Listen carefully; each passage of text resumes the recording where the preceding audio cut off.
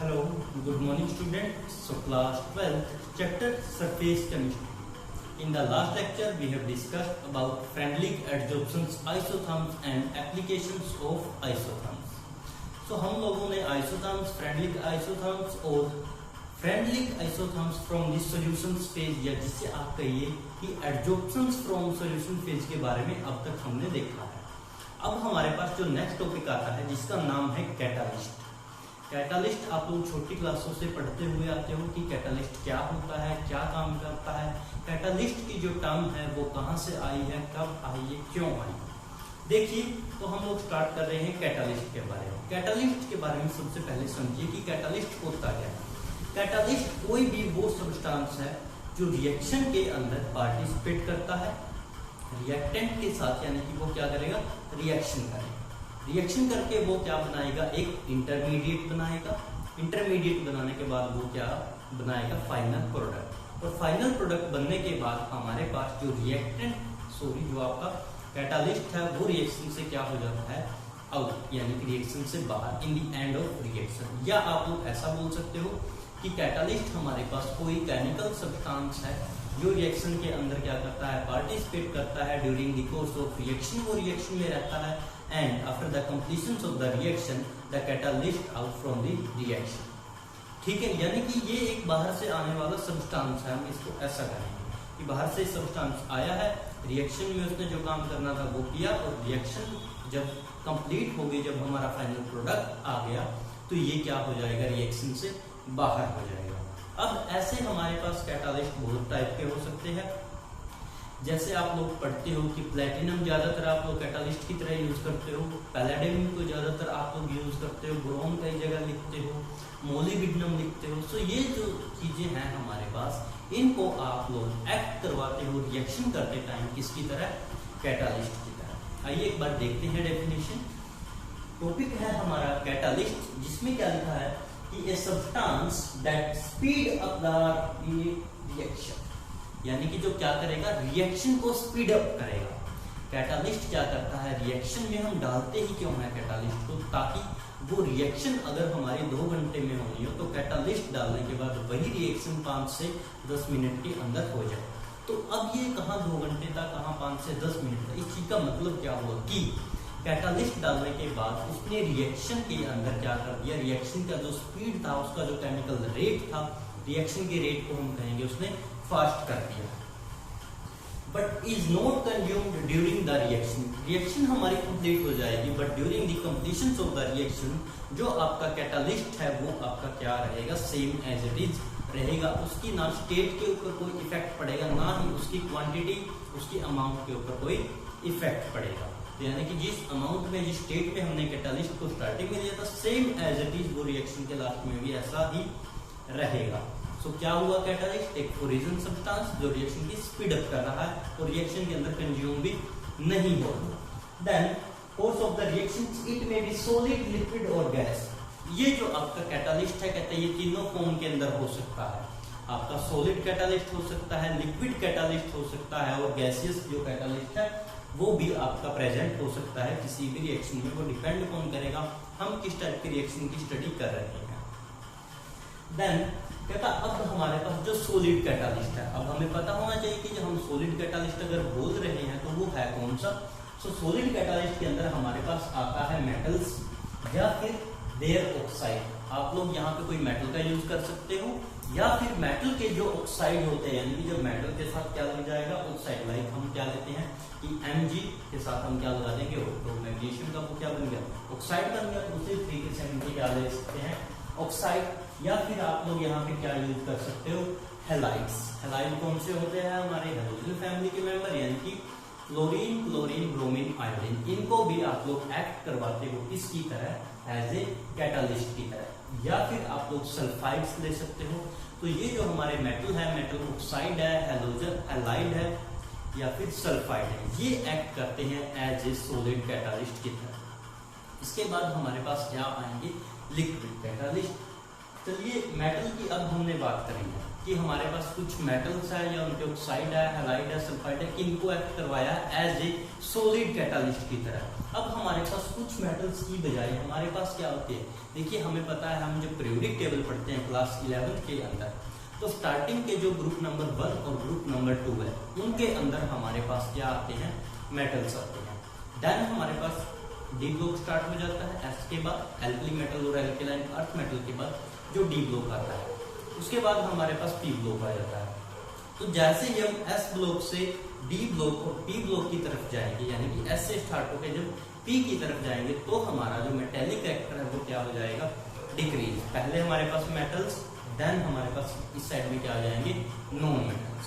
तो कहता जो अब इनके बीच में है वो क्या हो जाएंगे, वो ना मेटल्स है ना वो नॉन मेटल है, यानी कि वो हो गए हमारे मेटेलॉइड से, जिन्हें हम कहेंगे सेमी मेटल। अब ये सेमी जो मेटल है, सेमी मेटल्स भी एक्चुअली एक्ट करती है एज ए कैटालिस्ट, यानी कि ये भी रिएक्शन की स्पीड क्या करेंगे, इंक्रीज करेंगे। देखिए कौन कौन से है semi metallic element, like boron, aluminium, silicon are used as a catalyst. यानी कि जो हमारे सेमी मेटेलिक एलिमेंट है, चाहे वो बोरॉन हो, एल्यूमिनियम हो, सिलिकॉन हो, इनको भी हम एक्ट करवाते हैं एज ए कैटालिस्ट। तो अब हमें पता चल गया कि मेटेलिक भी क्या हो सकते हैं, कैटालिस्ट, और जो सेमी मेटेलिक एलिमेंट है कुछ हमारे पास, ये भी एक्ट कर सकते हैं किसकी तरह, कैटालिस्ट की तरह, यानी कि रिएक्शन को स्पीड अप कर सकते हैं, रिएक्शन में पार्टिसिपेट करेंगे, in the end of reaction ये रिएक्शन से बाहर चले जाएंगे विदाउट अफेक्टिंग एनी। उसके बाद हमारे पास क्या है, लिक्विड और गैस। हमने क्या कहा था कि सॉलिड कैटालिस्ट होते हैं, लिक्विड और गैस। अब सॉलिड की हमने बात कर ली, सॉलिड के अंदर ही हमारे पास मेटल्स और सेमी मेटेलिक आ गया। अब हमारे पास आता है केस लिक्विड का और गैसियस का। जो सब्सटेंस लिक्विड फॉर्म में या गैसियस फॉर्म में अगर वो प्योर फॉर्म के अंदर प्रेजेंट है, तो उस चीज को भी हम लोग एक्ट करवा देते हैं एज ए कैटालिस्ट की तरह। देखिए लिक्विड और the gaseous elements which are in the pure form are used as a catalyst। कहता है जब लिक्विड का या गैसेस की आप लोग प्योर फॉर्म ले लेते हो, तो वो प्योर फॉर्म भी आपकी एक्ट होती है इसकी तरह, कैटालिस्ट की तरह, जो रिएक्शन में पार्टिसिपेट करेगी, रिएक्शन को स्पीड अप करेगी, और in the end of reaction without affecting, किसी भी चीज को इफेक्ट किए बिना वो रिएक्शन से आउट हो जाएगी। तो ये थे हमारे कैटालिस्ट के बारे में कि कैटालिस्ट क्या होता है, कैटालिस्ट क्या करता है, और कैटालिस्ट क्यों डालते हैं। क्यों डालते हैं कैटालिस्ट, ताकि रिएक्शंस अगर कोई ज्यादा टाइम ले रही है तो वो रिएक्शंस कम टाइम के अंदर सेम प्रोडक्ट हमें दे दे।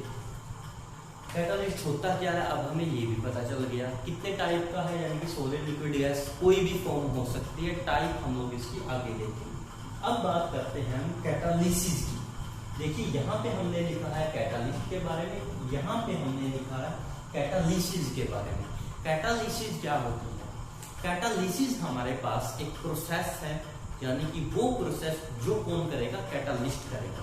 यानी कि the reactions catalysed by a catalyst, that process is known as catalysis. Catalysis के अंदर क्या हुआ कि एक केमिकल रिएक्शन को कैटालिस्ट ने कैटालाइज करवाया, उसको कैरी करवाया, तो उस प्रोसेस को हमने क्या नाम दिया, कैटालिसिस नाम दिया, यानी कि the process which catalysed by the catalyst. अब हम लोग एक एग्जांपल लेके देखते हैं जहां पे आपको एक ही रिएक्शन के अंदर पहले हम उसको विदाउट कैटालिस्ट करेंगे, फिर हम उसको विद कैटालिस्ट करेंगे, और डिफरेंस देखेंगे कि कैटालिस्ट डालने के बाद हमारे पास क्या डिफरेंस आता है।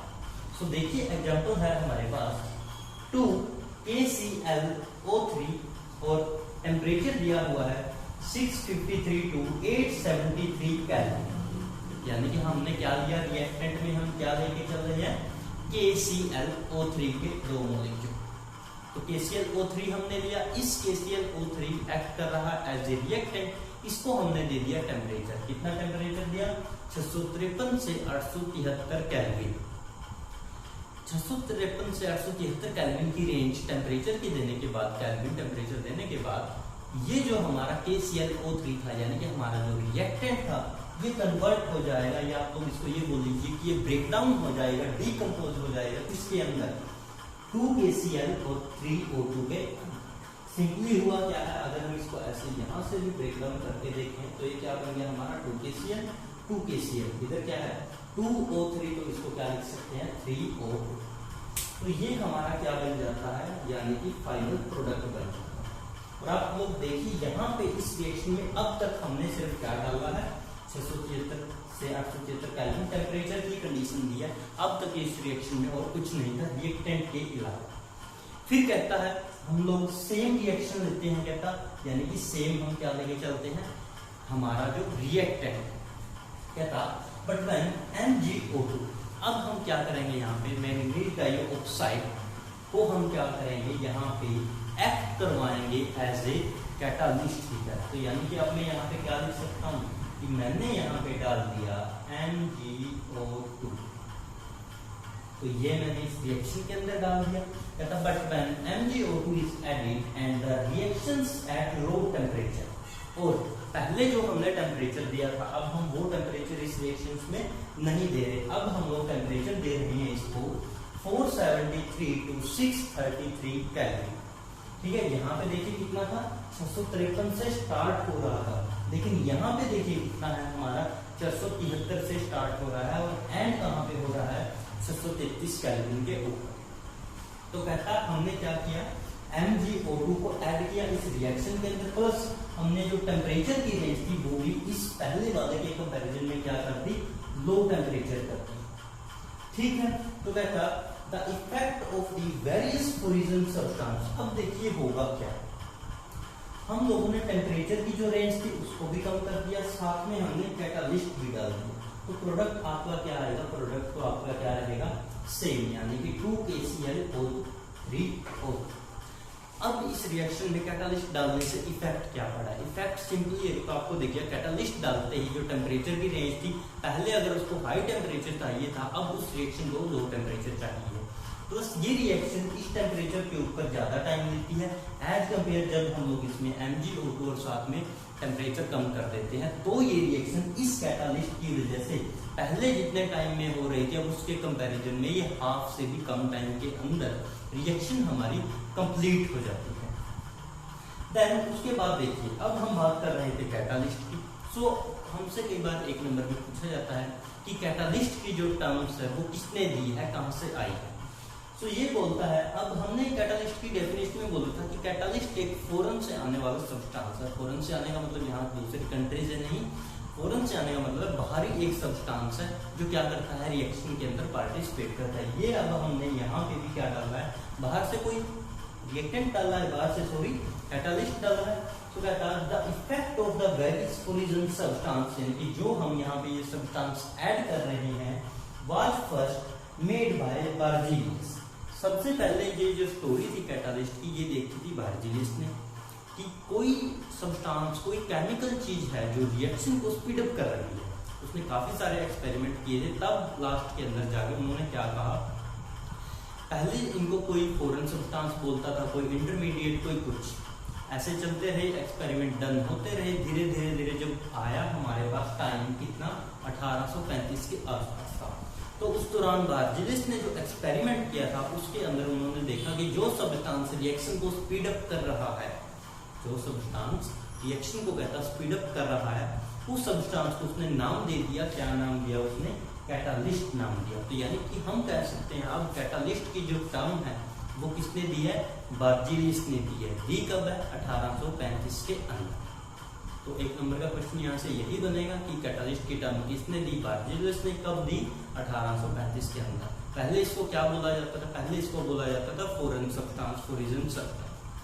ठीक है, फॉरेन से आने वाला बाहरी कोई भी सब्सटेंस।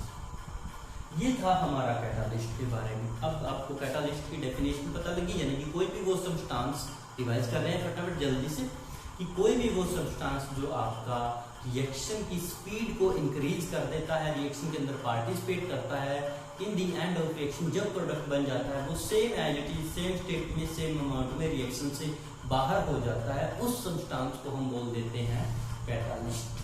कैटालिस्ट जो भी रिएक्शन को क्या करेगा, कैटालाइज करेगा, उस प्रोसेस को हम बोल देंगे कैटालिसिस। सॉलिड भी हो सकता है कैटालिस्ट, लिक्विड भी और गैसेस। सॉलिड के अंदर आप लोगों के पास कौन कौन से एग्जाम्पल थे, हमारे पास मेटल हो सकता है, मेटल का ऑक्साइड हो सकता है, हैलाइड हो सकता है, सल्फाइड हो सकता है। फिर बात आती है सेमी मेटालिक की। सेमी मेटालिक के अंदर हमारे पास बोरॉन हो सकता है, एल्यूमिनियम हो सकता है। इसके अलावा और कौन है, सिलिकॉन भी हमारे पास एक्ट करता है as a semi metallic catalyst की तरह। देन हम बात करते हैं लिक्विड और गैसियस की। लिक्विड और गैसियस के लिए सिंपल एक लाइन आपको याद रखनी है कि अगर इन दोनों की प्योर फॉर्म आप लोगों के पास है तब आप इनको एक्ट करवा सकते हो एज ए कैटालिस्ट। अदरवाइज अगर इनके अंदर इम्प्योरिटी कोई सब्सटेंस की प्रेजेंट है तो हम रिएक्ट इनको नहीं करवाएंगे। देन हम लोगों ने एग्जांपल किया 2KClO3 को हमने लिया पहले 653 से 873 केल्विन टेम्परेचर के ऊपर, जिसने प्रोडक्ट क्या दिया 2KCl प्लस के 3O। लेकिन अगर इसी रिएक्शन के अंदर हम लोग MgO2 को एक्ट करवाते हैं एज ए कैटालिस्ट तो वो रिएक्शन को फास्ट कर देता है, प्लस अब हमें रिएक्शन के अंदर टेम्परेचर भी कम देना पड़ता है 473 से 633 केल्विन तक। जो टर्म थी वो बर्जीलियस ने दी थी 1835 के अंदर। अब हम आगे बात करते हैं इसके अंदर कि ये जो कैटालिसिस है, कैटालिस्ट है, चलो इनके बारे में हमें पता चल गया। अब ये कैटालिसिस की जो प्रोसेस होती है एक्चुअली ये भी आगे डिवाइड होती है, लेकिन उससे पहले हमारे पास एक टॉपिक आता है जिसका नाम है प्रोमोटर एंड पॉइजन। अब ये प्रोमोटर और पॉइजन क्या होते हैं देखिए। प्रोमोटर आपका कोई भी वो केमिकल सब्सटेंस होता है जो क्या करेगा, प्रोमोटर आपका कोई भी वो केमिकल सब्सटेंस जो कैटालिस्ट की केमिकल एक्टिविटी को इंक्रीज कर देगा। यानी कि जो कैटालिस्ट हम लोग रिएक्शन के अंदर डाल रहे थे, जो रिएक्शन की स्पीड अप कर रहा था, उसी कैटालिस्ट की एक्टिविटी को इंक्रीज करने के लिए हम लोग बाहर से प्रोमोटर डालते हैं। सो उस सब्सटेंस का नाम है जो उसकी एक्टिविटी को इंक्रीज कर रहा है, उस सब्सटेंस को हम बोलते हैं प्रोमोटर। और ऐसे ही हमारे पास क्या होगा, दूसरा पॉइजन होगा। अब पॉइजन क्या करेगा, जो सब्सटेंस यानी कि कैटालिस्ट की एक्टिविटी को डिक्रीज कर देगा, कैटालिस्ट की केमिकल रिएक्टिविटी को कम कर देगा, उसकी वैल्यू को, तो उसे हम बोल देते हैं पॉइजन। ठीक है, तो ये हमारे पास क्या थे, पॉइजन और प्रमोटर या प्रमोटर और पॉइजन। अब हम इनके एग्जाम्पल देखते हैं। देखिए आप लोग एक बार करते इसको।